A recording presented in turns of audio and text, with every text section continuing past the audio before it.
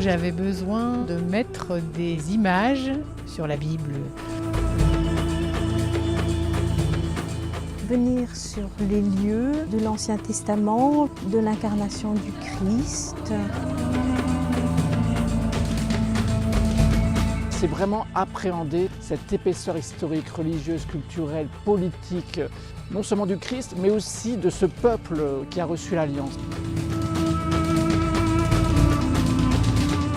D'entrer mieux dans les textes et la compréhension de notre foi, de Jésus-Christ, des évangiles. Ça passe par mieux comprendre l'Ancien Testament, les lieux de l'Ancien Testament, les personnages, les coutumes. Tout ça, c'est le contexte de Jésus.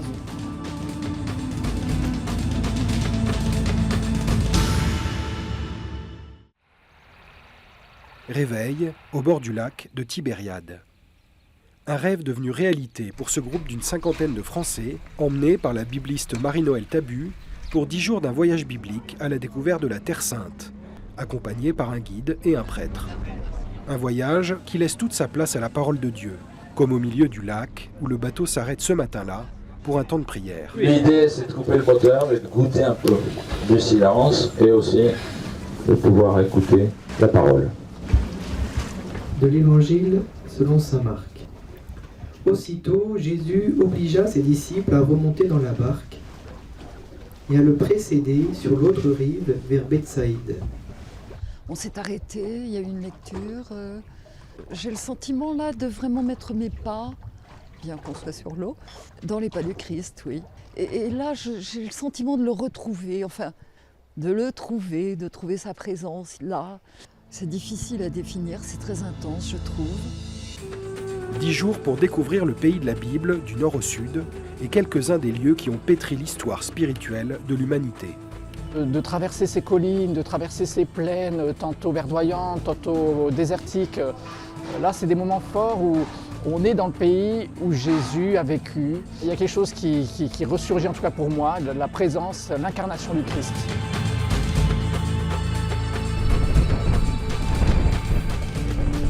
On est sur le mont des Oliviers et on découvre Jérusalem. On se rappelle tous ces psaumes qui parlent de la montée vers Jérusalem et ça c'était très très fort. C'est pas un musée, c'est une ville. C'est une ville qui vit avec plein de poumons en fait, dans sa diversité. Et si on veut apprécier cette diversité, il faut la sillonner à pied. Découvrir le mur a été un moment important parce que retrouver quelque part la foi du Christ aussi.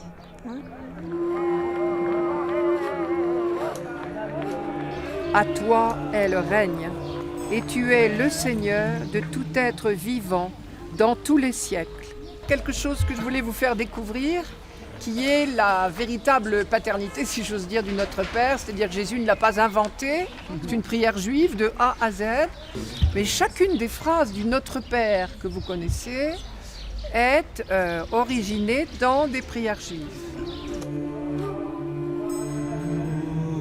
La visite du Saint-Sépulcre m'a marqué, que ce soit le tombeau ou le calvaire, en voyant la foi de ces milliers de pèlerins.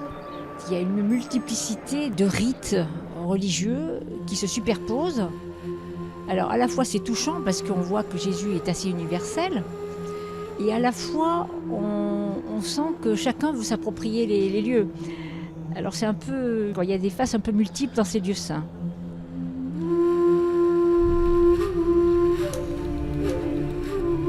Ce jour-là, le groupe franchit le fameux mur qui sépare Israël de la Palestine pour se rendre à Bethléem en territoire palestinien. L'occasion d'un premier contact avec les chrétiens locaux qui tiennent les boutiques de souvenirs. Bienvenue à tous à Bethléem, bienvenue en Terre Sainte et surtout bienvenue dans notre boutique. Alors Bethléem, il faut savoir qu'en 2000, on représentait à peu près 75% de chrétiens. Et qu'avec les faits qui se sont malheureusement déroulés entre 2001 et 2007, nous représentons aujourd'hui moins de 10 à 15% de chrétiens à Bethléem. Alors ici, on fonctionne un peu plus comme une coopérative qu'une boutique. On a le travail de plus d'une soixantaine de familles chrétiennes de la région. Donc c'est le plus grand support que vous puissiez apporter au peuple de Bethléem. Eh bien, j'ai trouvé une très jolie Sainte Famille. Voilà.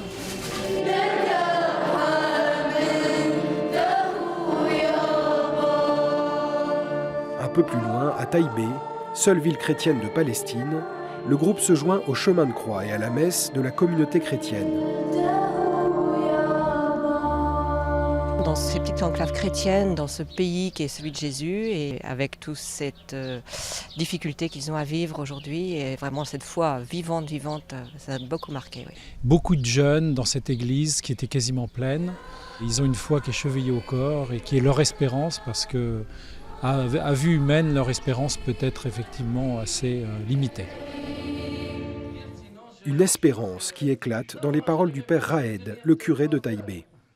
Ici, les gens sont très fiers de dire qu'ils étaient évangélisés par Jésus-Christ lui-même et ses disciples. On a une présence chrétienne sans interruption depuis 2000 ans. C'est-à-dire ce lieu saint que vous visitez jour et nuit sont très importants.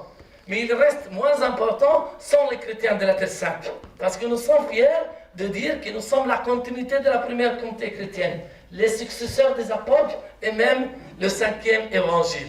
C'est la communauté qui, avec beaucoup de souffrance et beaucoup de difficultés, a maintenu la foi vivante en Terre Sainte. Venez, n'ayez pas peur de venir, dites aux autres de venir, venez en grand nombre et ne nous laissez pas seuls. Avec tous les malheurs actuels qui entourent cette Terre Sainte, de voir encore cette flamme à travers ce prêtre qui soulève les montagnes, c'est un encouragement fabuleux. Pour moi, ça a été vraiment le temps fort de ce voyage et ça m'a vraiment touchée. Il nous donne une force intérieure pour vraiment témoigner après de cette paix dont ils ont tellement besoin et qu'on ressent très fort ici.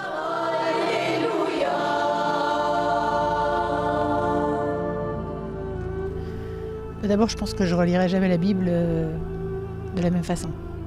Et donc je vis la Bible beaucoup plus, pas presque dans ma chair. Je vois le Christ dans sa vie à l'époque, mais qui me parle encore plus dans ma vie de tous les jours. Et ça, je crois que c'est quelque chose qui va continuer de me porter. Pour moi, c'est un voyage indispensable à faire un jour. Tous disent, mais pour moi, ça a été un tournant, et d'ailleurs, beaucoup ont envie de revenir. C'est un vrai moment de découverte, de déchiffrement, je dirais, de la parole, qui ne nous parlera plus jamais de la même manière, parce qu'on sera entré dans les textes.